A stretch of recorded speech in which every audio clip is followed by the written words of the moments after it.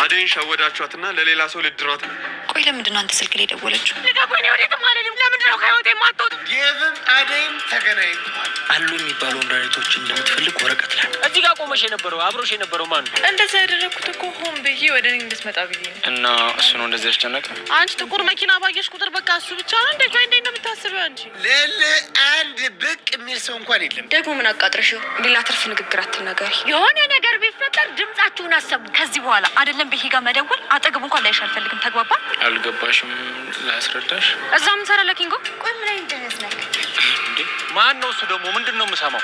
ምን ሰማ መስሎት? ዶክተርን ወረቀት አብራችሁ አስገቡ ብሎ ምን ቀፊ ዝም ብለሽ ምንድነው የፈለገው? ቤኪ ለሊ ማን ነው እሱ? ቤዛ ነች። ቆይ ለምንድን ነው አንተ ስልክ ላይ ደወለችው? ደግሞ ስለምንድን ነው እሷ ጋር እንደሄድክ ያልነገርከኝ? ምን ልትሰራ ነው እሷ ቤት ሄድከው?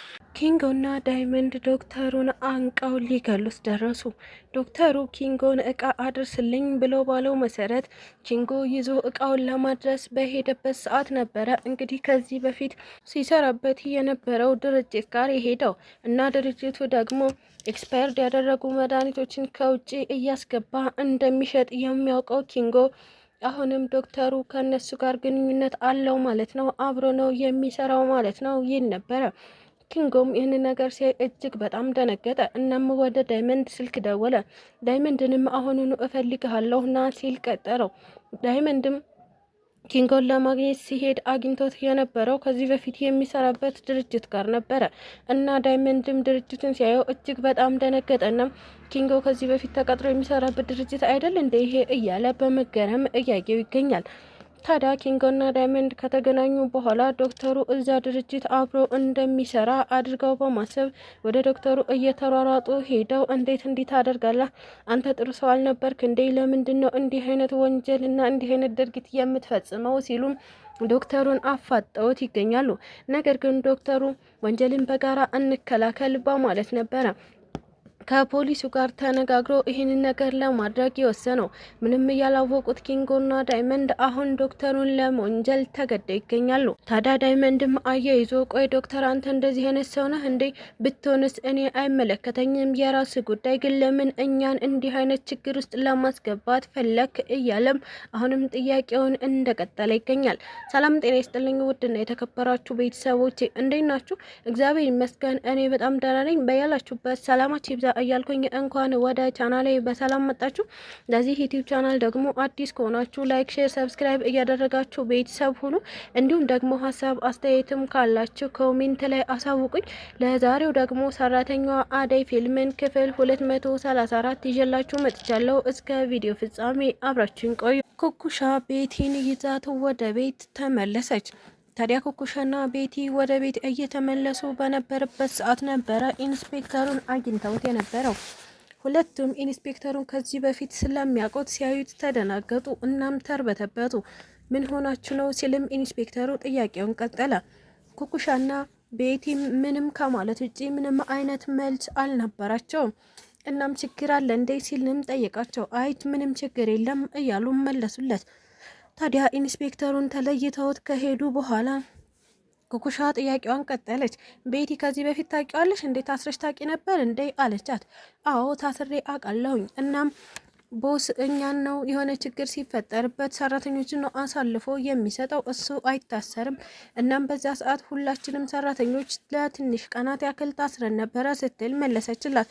ኩኩሻም እጅግ በጣም አዘነች። እናም ይህንንም ቦሳችሁን እንደምንም ብለን ማመልከትና እሱን ስራውን ማጋለጥ ይኖርብናል ስትልም አሰበች። ቤቲንም ወደ ማዘሯ ጋር ወሰደቻት። ማዘሯ እንደ እናት የእናትነት ግዴታዋን ለመወጣት ቤቲን ቁጭ አድርጋ መምከሯን ቀጠለች። በሌላ በኩል ደግሞ የአደይ ቤተሰቦች ናቸው። የአደይ ቤተሰቦች እንግዲህ አለልኝና ጫኔ እንዲሁም ደግሞ የአደይ አጎት ዴቭን ማሰቃየታቸውን ቀጥለዋል።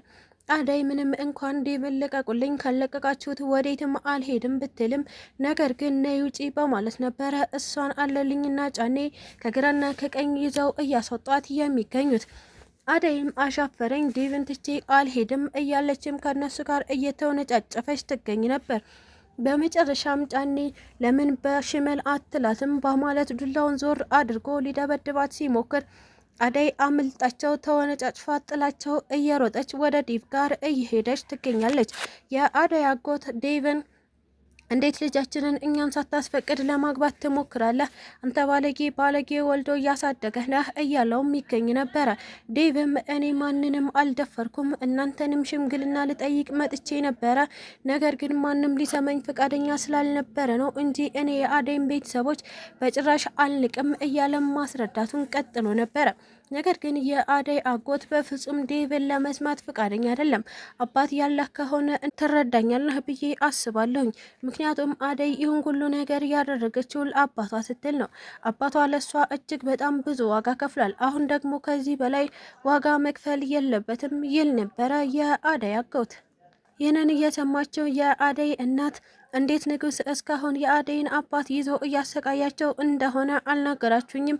በስተርጅና እንዴት ባለቤቴን እያሰቃያቸዋል? ስትልም እየተናደደች ትገኛለች። በሌላ በኩል ደግሞ ሩታ ናት። ሩታ እንግዲህ በተደጋጋሚ ዶክተሩ ጋር እንደምትመላለስ የምናውቀው ጉዳይ ነው። ነገር ግን በመጨረሻ አሹ በዚህ ልክ እሱ ጋር ከምትመላለሽ ለምን እዛው ስራ አትቀጠሪም ሲልም ነግሯት ይገኝ ነበረ። ሩታም የምታማክረው ሰው ስላልነበራት አሹን በማዳመጥ ዶክተሩ ጋር ሄዳ ዶክተር ስራ እፈልጋለሁ ስትልም ጠይቀዋለች። ዶክተሩም ሩታ ላንቺ የሚሆን ስራ የለኝም፣ እንደነገርሽኝ ከሆነ አልተማርሽም፣ እኔ ደግሞ ላልተማረ ሰው የሚሆን ቦታ የለኝም ሲልም ሞራሏን ነክቶታል። ሩታም እባክህ ዶክተር ቢያንስ ለሞራሌ አትጨነቅም እንዴ? ቆይ ለምንድነው በዚህ ልክ እኔን የምትገፋኝ? ስትልም ጠይቀዋለች። ዶክተሩም እየገፋዎች አይደለም፣ ነገር ግን ገንዘብ የሌለሽ ከሆነ ገንዘብ ልሰጥሽ ፈቃደኛ ነኝ፣ ከዛ ውጭ ግን ላንቺ የሚሆን ምንም አይነት ስራ የለኝም ብሏት ይገኝ ነበረ። ሩታም እጅግ በጣም አዘነች፣ በጣምም ተናደደች። ለምን እንደዚህ ይለኛል? እኔ ገንዘብ ችግር ሳይሆን ያለብኝ የፍቅር ችግር ነው። እኔ ደግሞ በዚህ ልክ እያፈቀርኩት ለምን ይሸሸኛል? የምትለዋ ሩታ በጣም ብቸኝነትና ድክመት እየተሰማት ትገኛለች። ሩታ አዝና በምትሄድበት ሰዓት ኩኩሻን አገኘቻት። እናም ኩኩሻ አንቺ ልጅ ምን ሆነሻል? ስትልም ጥያቄዋን ቀጠለች። ሩታም ኩኩሻ እባክሽ ከቻልሽ ምንም አይነት ጥያቄ አትጠይቅኝ፣ ነገር ግን ምንም ሳትይኝ አሁኑኑ ነይና እቀፊኝ ትላት ነበረ። ኩኩሻም ሩታን ስታያት እጅግ በጣም አዝና ቆይ ለምንድን ነው የምታለቅሽው? እናስ ምን ሆነሻል? ስትልም ጠየቀቻት።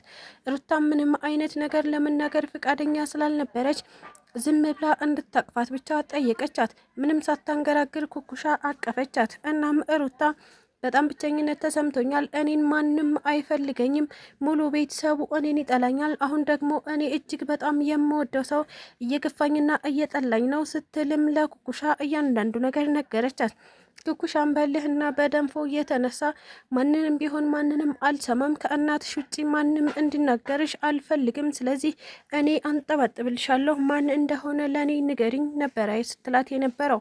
ሩታም እናትሽ ስለ እናቴ ምንም ነገር ማውራት አልፈልግም፣ ምክንያቱም እናቴ እኔን አትፈልገኝም፣ በዙሪያ ያሉ ሰዎች ሁሉ ማንም አይፈልገኝም፣ እናም እኔ እንዲህ ልብስ ለብሼ ስሄድ ጤነኛና ምንም ያልጎደለብኝ እመስላለሁ ትላት ነበረ። ስለተከታተላችሁኝ እጅግ አድርጌ አመሰግናለሁ። ለቻናሉ ደግሞ አዲስ ከሆናችሁ ላይክ፣ ሼር፣ ሰብስክራይብ እያደረጋችሁ ቤተሰብ ሁኑ። እንዲሁም ደግሞ ሀሳብ አስተያየትም ካላችሁ ኮሜንት ላይ አሳውቁኝ። ኢትዮጵያ ለዘላለም ትኑር እያልኩ ሰናበታችኋለሁ።